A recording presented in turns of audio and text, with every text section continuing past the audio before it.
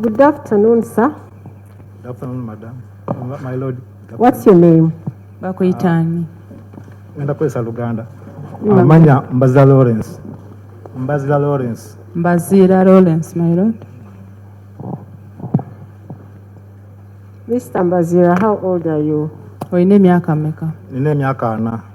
I'm 40 years old. And what is your religion? Osoma dini ki? Ndi Catholic. I'm a Catholic. You're going to swear and answer some questions. Ogenda kulayira bakubuuze ebibuuzo. Kale.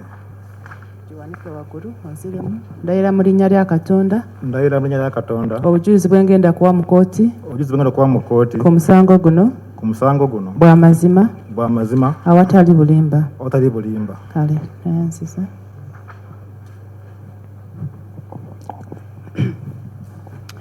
Mbazira, where do you reside? Obeera luddawa? Mbeera mu Gaba Water. I stay in Gaba Water. Which division is that? Division ki? Machindi. Machindi division. What do you do for a living? Okola mulimu ki? Nkola welding. I'm a welder. Okay.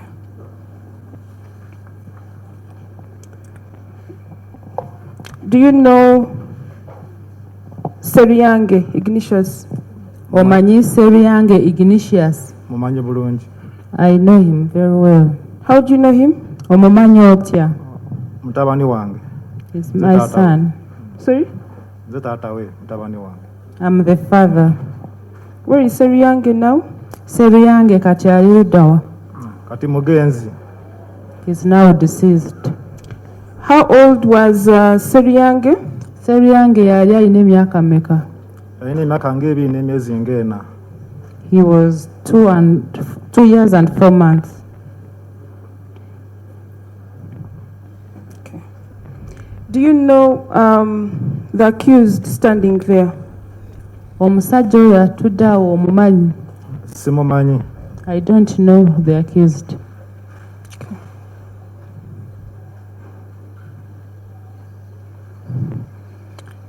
Tell court what happened on the 2nd of April 2026. Gamba kooti biki byaliwo nga 2 Ogwokuna 2026. Ennaku z'omwezi 2 Ogwokuna ssaawa zaali ng'emu n'ekitundu. On 2nd April 2026, around 7:30. 7:30 what? Morning or evening? Eza kumacha Kumacha. AM. Yes, go ahead. Kye kyatuukawo. Mama Seryange yamugya ewaka nkuwe ajja amunaaze amutwale ku ssomero. What's the name of Seryange's mother? Namiyingo Beth. The mother of Seryange, Namiyingo Beth, called him to prepare him for school. Beth who? Namiyingo. What is the other name? Namiyingo Beth.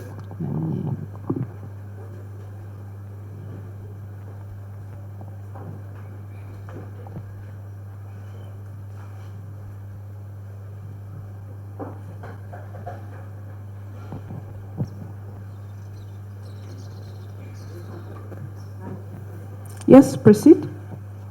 You said Namiyingo Beth called your son and prepared him for school. Handika okumunaaza. Yamala okumunaaza. After bathing the child, n'amwambaza uniform ye yali ya sports wear. he dressed the child with sportswear uniform. Yamala okumwambaza omwana n'amukwata amutwale ku ssomero. After preparing the child, she took him to the hospital, to the school. Essomero eryo nga liyitibwa Gaba Early Childhood Development Center. The school is called Gaba Early Childhood Development Center. Bali bagenda omwana n'ansiibula n'angamba bye daddy. As they were leaving, the child said bye to me. Namuddamu ne teyawulira n'angamba daddy nkusibwa tonzizeemu ne mugamba nkuzeemu. I responded, but the child asked me why I didn't respond, and I said I responded. Ne muddamu nti kale bye daddy. Ne bagenda. I again said bye, and they left. Bwe bamala okugenda mama we yakomawo n'abako emirimu gye yali akola wabweru awo. After that, the mother came back. There was some work I was doing outside there, Ng'ateekateeka kufumba. and she started cooking. Nga tunyumyamuko awo ne muganda wange bayita Ziwa Aloysius. And I remained there with my brother Ziwa Rosias. We were chatting. Ziba ziwera ssaawa nga 5 awo, wakati mu ssaawa nga 5 awo. Then at around 11, Waliwo neighbor waffe amuyita Sekamate Anet. our neighbor called Sekamate Anet, Nga tundabya kula ku ssomero eriri okumpi naffe awo balitaga Progressive. Sorry? You said our neighbor called Sekamate who? Anet. What did Annette Sekamate do? Sekamate Anet yakola chi? Yasindika mutabani we gwe bayita Ssennyonga n'ajja ewaka. She sent her son called Senyonga to our home. N'atusangawo ffenna basatu. She found us all the three, Nze, mama w'omwana ne uncle we Aloysius. myself, the mother of the child, and my brother Aloysius. N'atubuuza It's okay, go on. n'atubuuza Ignatius ali ku ssomero. She asked us whether Ignatius was at school, Tumugamba nti ye. and we said yes. N'atugamba nti twangu tugendeyo ku ssomero basseeyo abaana 4.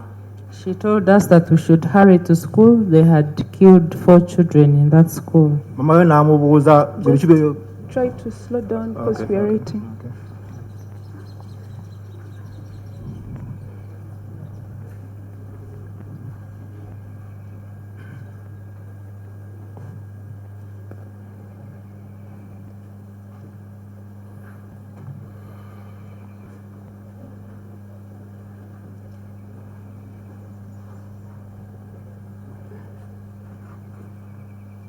Okay, so you said Senyonga told you to hurry up because children had been killed at the school. Yes, go on. Bwe yaŋŋamba bwe yatugamba ffenna mama we n'abuuza biki by'oyogera ggwe naye nga twatandise dda okukankana. The mother asked what she was talking about, but for me, I started shaking. Kati muganda wange yaguma n'ayambala ne bagenda Ssennyonga ku ssomero. Which My Uganda? brother, Ziwa Uganda Aloysius. one. My brother's Aloysius was stronger. He dressed up and went with Senyonga to the school.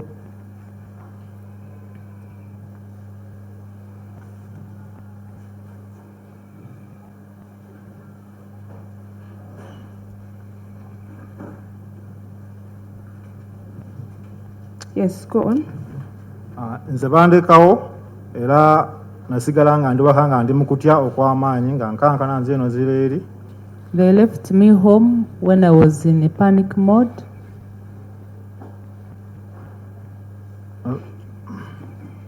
Who did Ziwa go with to the school? Ziwa yagenda nani Ssennyonga. ku ssomero?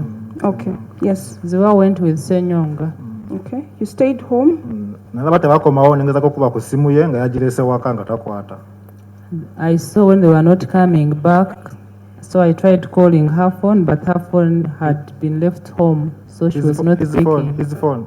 Ziwa. For Ziwa. Ziwa, yeah. I tried calling Ziwa's phone, but he was not picking because he had left his phone home. Yes.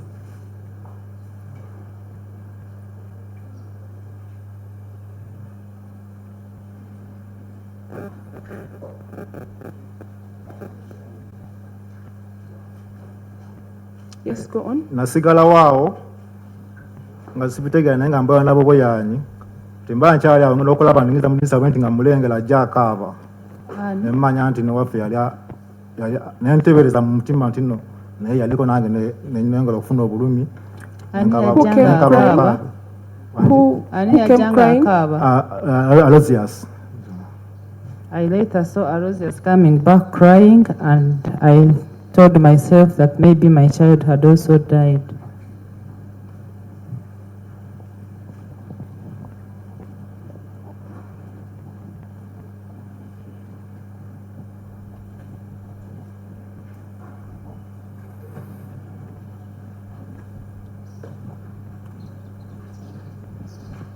Yes, proceed.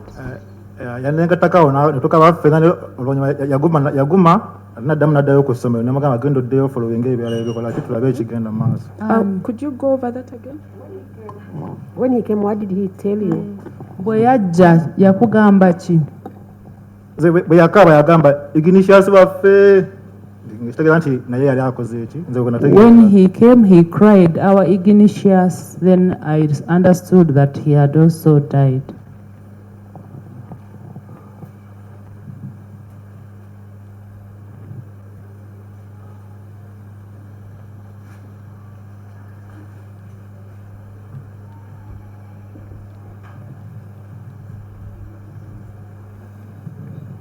Yes. Kati bwe yaddayo namugamba genda n'essimu nja kubatuwuliziganya ku ssimu nga mukubira essimu nangamba kati bavuddewo ku ssomero bagenze ku Wenzi Medical Center.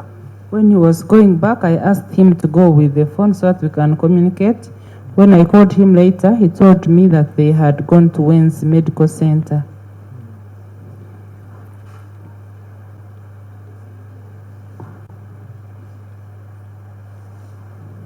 Yes.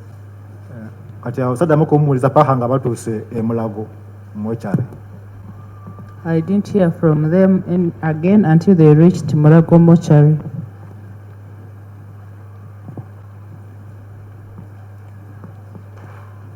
Did they eventually return from Mulago? Baamala ne bakomawo okuva e Mulago. Batuuka e Mulago baddamu okunkubira nga baagala ssente omukuleetera omwana singa baba bamaze okumubawa. Sorry? Baddamu okunkubira nga batuuse e Mulago senga w'omwana yamwegattako nga ali e Mulago n'amwegattako senga w'omwana ne bankubira nga beetaagayo ssente nga banaleetera omwana nga bamaze okumubawa. They later called me when they wanted some money to transport the body after the body had been given to them.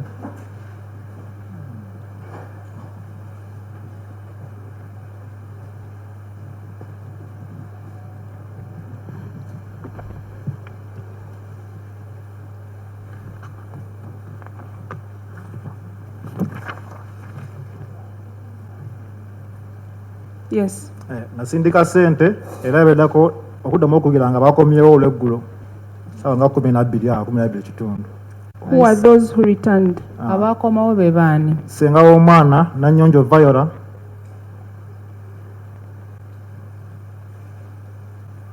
ne muganda wange Ziwa Aloysius. I sent money and then they came back in the evening. That was Nanyonjo Viola and my brother Ziwa Aloysius.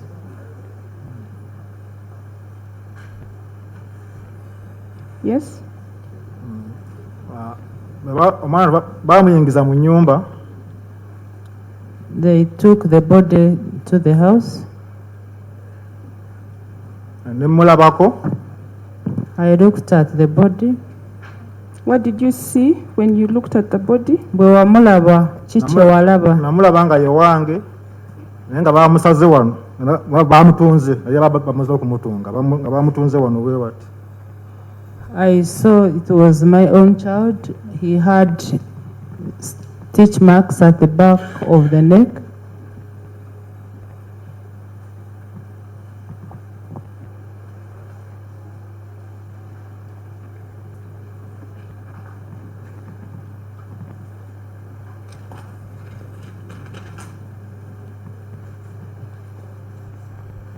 Yes, proceed. Ekyaddako awo nenkuba essimu mu kyalo ne mbategeeza wadde bali bategeddeko dda ne nkonfaminga nti ddala kituufu mu mulambo ngulabyeko omwana yafudde. I then called people in the village to confirm to them that the child had died. Which village is that? Kyalowa. Namabeya Parish, Gomba District. Parish ki? Which one? Namabeya. Namabere. Namabeya. Namabeya. Namabeya. Namabeya Parish, Gomba. in Gomba district.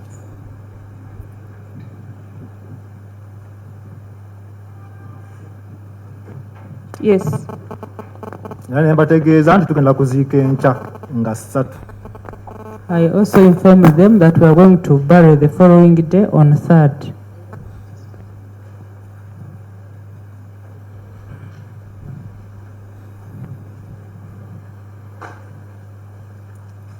Okay. Did you eventually travel? Mwamala ne mutambula. Twasulawo ne tusimbula okuva eggaba ssaawa nga 2:2 awo.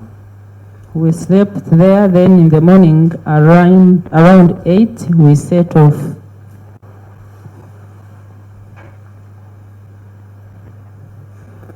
Twatuukayo ssaawa nga 6. We reached around midday. Ne tumuziika ssaawa nga 10 wakati wa ssaawa 10 awo. We buried him at around 4. Sorry.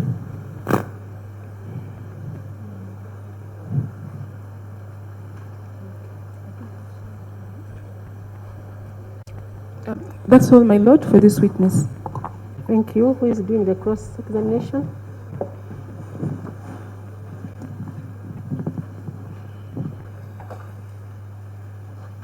Mr. Bazira? Lawrence? Please accept our condolences. A parent shouldn't bury their child. Kkiriza okusaasira okuva ku balooya kwekyo kyatuuka ku mwana wo. Did the school ever inform you about the incident? Did they call you? Ab'essomero baakugambako ku ebyo byatuukawo, baakukubira essimu. Ab'essomero bajja ewaka. People from school came home. After how long? Bajjayo waka nga wayise bbanga ki? Okuva ku ki? From when? After how long okuva ku? From the time of the incident. Okuva ku ssaawa 5. From the Okuva time ku it byebyo happened, ebyatuukawo did eby'okutta they come abaana. that very day or the next Bajja day? kwolwo lwennyini. They came on that very day. Do you also used to drop the child sometimes at school? Maama we yalinga amutwala yekka. Only the mother used to take the child to school. Please once again accept our condolences. Thank you. That's all, my lord.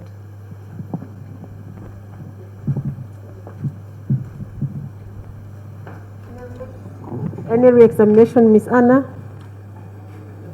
No, my lord, there's no re-exam. Ready to have another witness. Where has Mr. Mbazira gone? Mr. Mbazira, thank you so much. Thank you so much for coming to give us the evidence, and thank you for being strong. Please receive and accept our sincere condolences upon the loss of your son.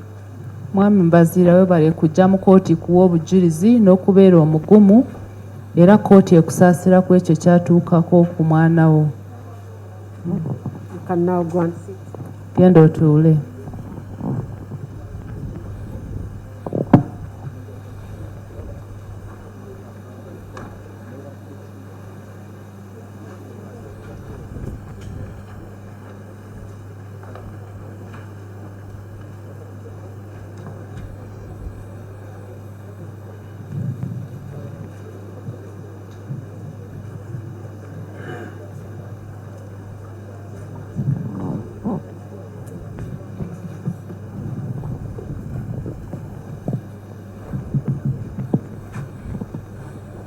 Good afternoon, sir. Osibyotano ssebo. I'm going to kindly request that you speak a little louder so that I'm able to hear. Naye ojja kwesa ku Luganda. Bakusaba nti ojja kwongezaako ku ddoboozi Oweekitiibwa Omulamuzi awulire by'oyogera. What's your name, sir? Okrut Simon.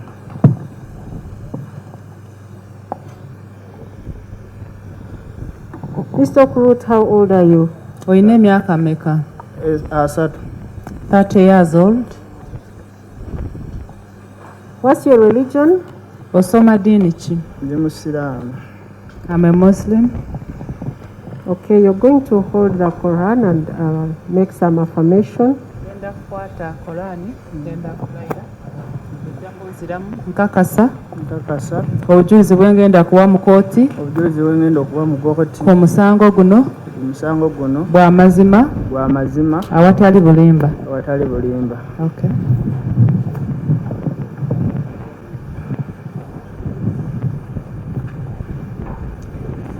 Okurut, where do you reside? Obeera wa? Era Gaba mission. Gaba ku ddoboozi. Gaba mission. Where is Gaba mission found? I stay in Gaba mission. Gaba mission esangibwa wa? Walinga ku police. Near the police. Which division? Division ki? Makindye division. Makindye division. Okay. What do you do for a living? Okola mulimu ki? Mvuga Uber. I'm an Uber driver.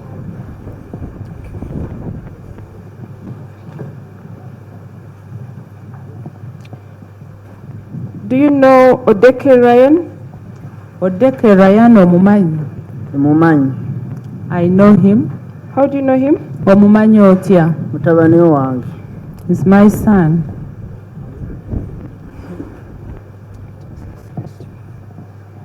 Where is Ryan? Ryan Aliu. Ryan. Pardon me? Ryan. Where is Ryan now? Ryan aliwa. Namuziise. We buried him. How old was Ryan? Ryan yali alina emyaka meka? Yalina omwaka gumu n'emyezi 3. 1 year and 3 months.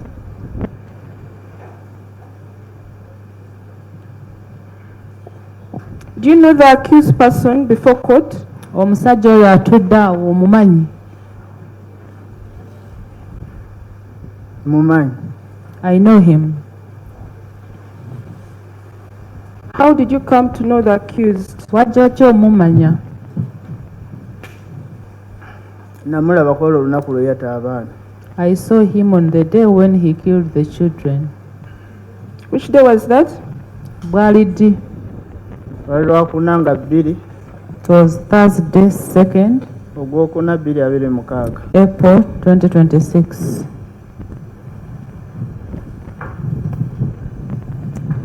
Tell court what happened on this day. Gamba kooti biki ebyatuukawo ku lunaku luno. Nga 2. Yes. Olwo olunaku nakeera ku makya n'enzukuka. I woke up early that morning. Nenzukusa n'omwana wange oyo. I woke up my child, Odeke Ryan. Odeke Ryan. Ensalawo nemuleeta ku deke ya Gaba. I took him to daycare Gaba.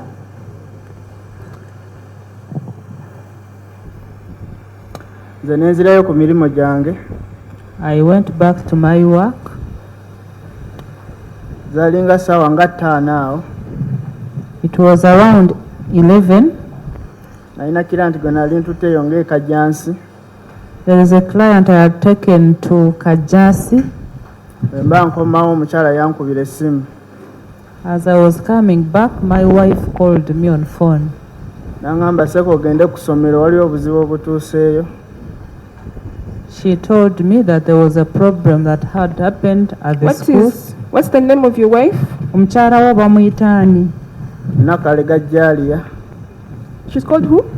Nakalega Jalia. My wife is called Nakalega Jaria. Nakalega. Nakalega. Nakaleja. Nakalega. Nakalega Jaria.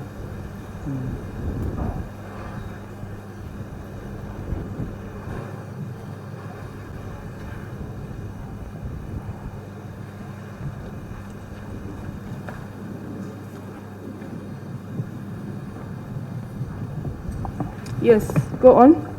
So your wife calls you around 11 a.m. What did she say when she called you? Mukyala wo bwe yakukubira ku ssaawa 5 yakugamba ki? Yangamba waliwo obuzibu obutuusewo ku ssomero. My wife told me that there was a problem that had happened at the school.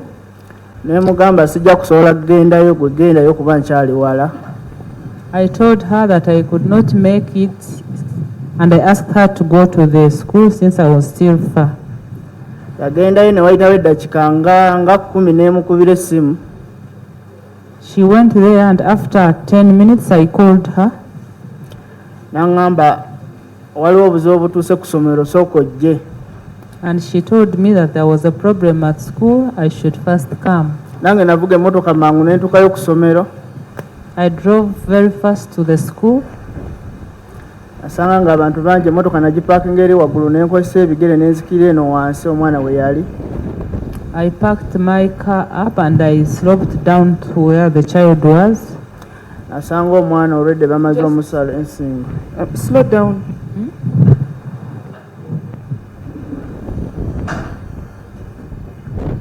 Where did you park your car?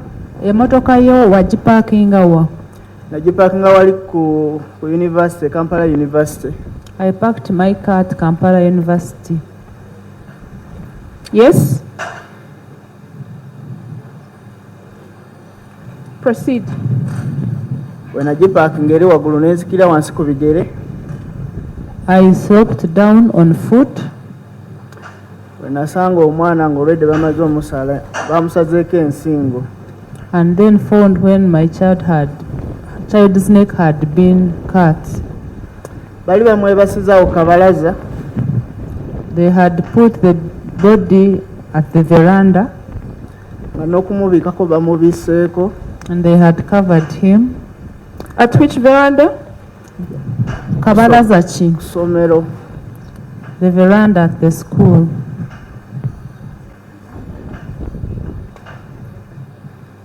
Yes.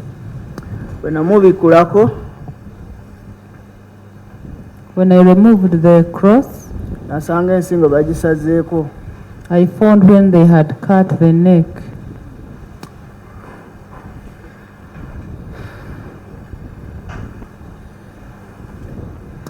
Awo we natandikira okuba omulanga. I started crying. Abaali okumpi abo be bankwatako. People who were near me are the ones who supported me. Nafuna we ntuula. I sat somewhere. Bamala ne baŋŋamba omukyala wo yazirise ali eri waggulu ku Wenzi Medical Center. Damu. Ne baŋŋamba omukyala we azirise bamututte eri ku Wenzi Medical Center. They told me that my wife had collapsed and they had taken her to Wenzi's Medical Center. Abaali bankutte ne baŋŋamba twambukeyo ne twambukayo. People who had supported me told me that we should go there, so we went there.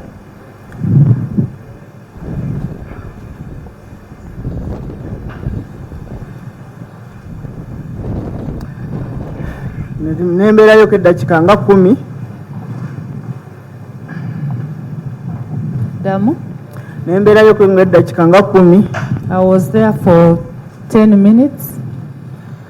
Ne nkwata ebigere era ne nkomawo eno wansi awaali mayiti. I came back to where the body was. Wadde nasanga poliisi ng'esibyewo akaguwa. I found when police had cordoned off the place. Ne batugamba mugumiikirize mayiti tugenda zitwala mochari e Mulago. They told me to be patient. They were going to take the body to Mulago. Era nze nakwata ebigere era ne nzirayo ku ddwaliro ku Wenzi Medical Center. I went back to Wen's Medical Center. Abaana abalala nabo baali babatutte eyo. Other children had been taken there. Kato wange yali asigaddeyo ne mabega naye ne bamuleeta. My child had remained behind, but was also brought to the medical center. First, hold on.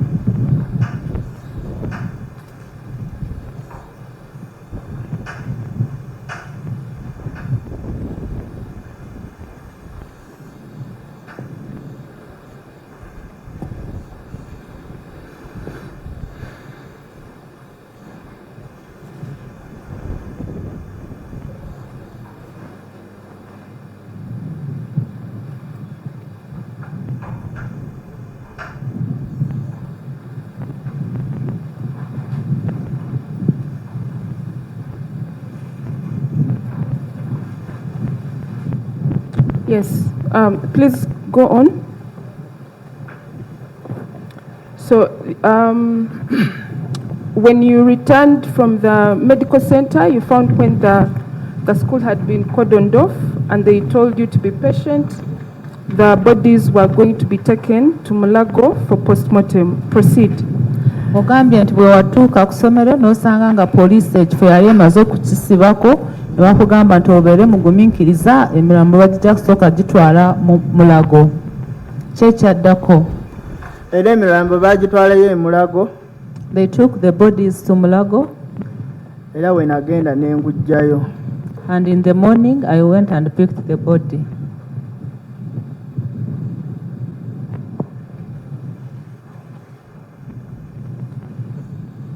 Was it on that very day of the 2nd? Pardon? Did you pick the body on the day of the 2nd? Omwana wamugjayo nga 2. Omwana namugjayo nga 2. I picked the baby on 2nd. Okay.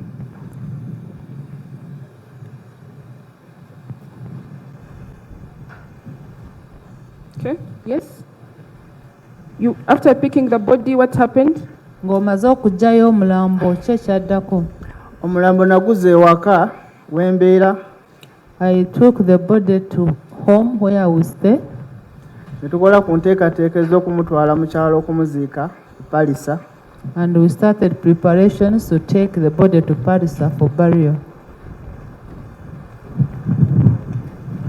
Zaali ziwera ssaawa nga 10.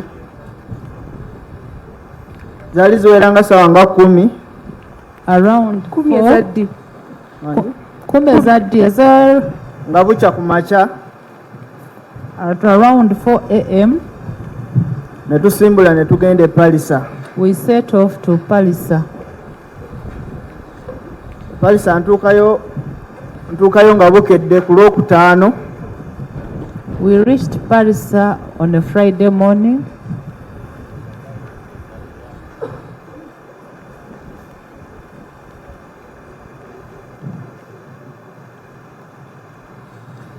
Yes, you went to Palisa. What time did you arrive in Palisa? Parisa mwatuukayo ssaawa meka?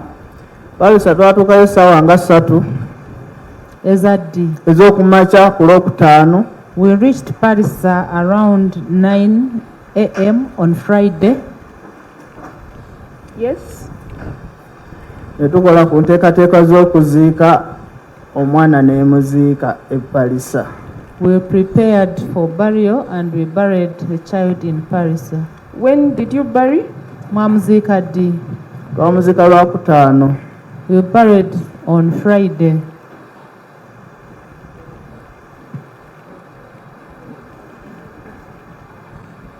My Lord, that's all for this witness.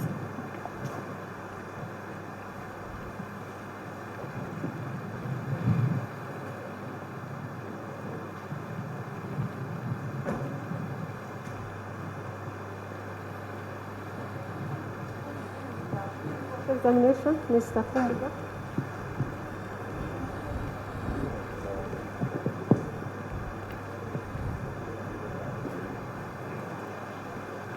Mr. Kurut, Wanjisero. sorry for what happened to your child. Kisero. I pray that such a thing should never happen again to any parent in Uganda. Bakusaasira ku ekyo ekyatuukawo ku mwana wo. However, for the purposes of justice, I request that you answer the following questions. Olw'okuba nti twagala obwenkanya ajja kusaba oddemu ebibuuzo by'agenda okubuuza. Kisero. Mr. Kurut, Wanjisero. will I be right to say at the time of death of your child you were not at this school? Nti omwana we yafiira wali ku ssomero eryo. Omwana we yafiira wali toli ku ssomero. Nali siri ku ssomero. I was not at the school. Will I also be right to say that you don't know the person who identified for you the suspect?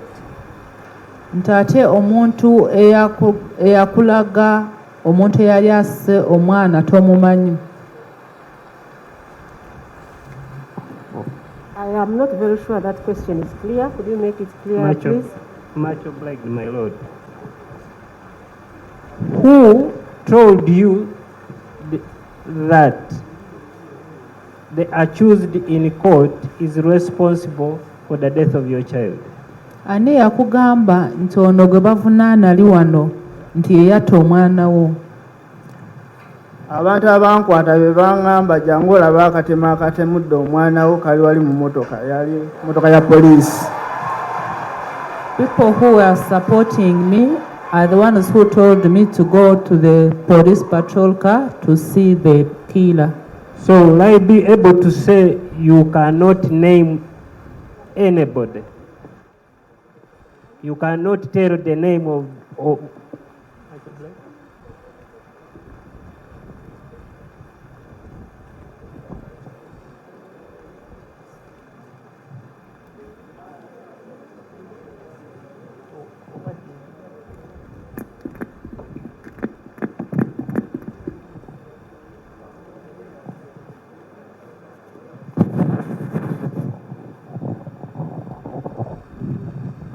Mr. Okrut, please answer that question again, or repeat that answer. Who told you that he's the one who killed your child? Abankwata nga ntandise okukaaba be baŋŋamba jangu olaba akasajja akasse omwana wo. Sisobola kubamanya manya kuba sibalina kuba nange nali mpunze, naye bali bagezawo okuŋŋamba jangu olaba akasajja.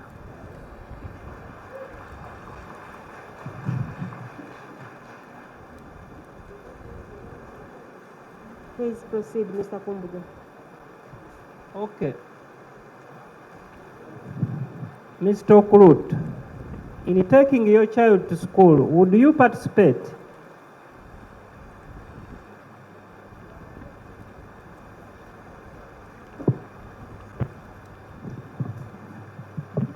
Wali omu kubatwalanga omwana ku ssomero? Pardon, wangi? Wali omu ku abo abatwalanga omwana wo ku ssomero? Yes, sebo ye nnyabo. Yes.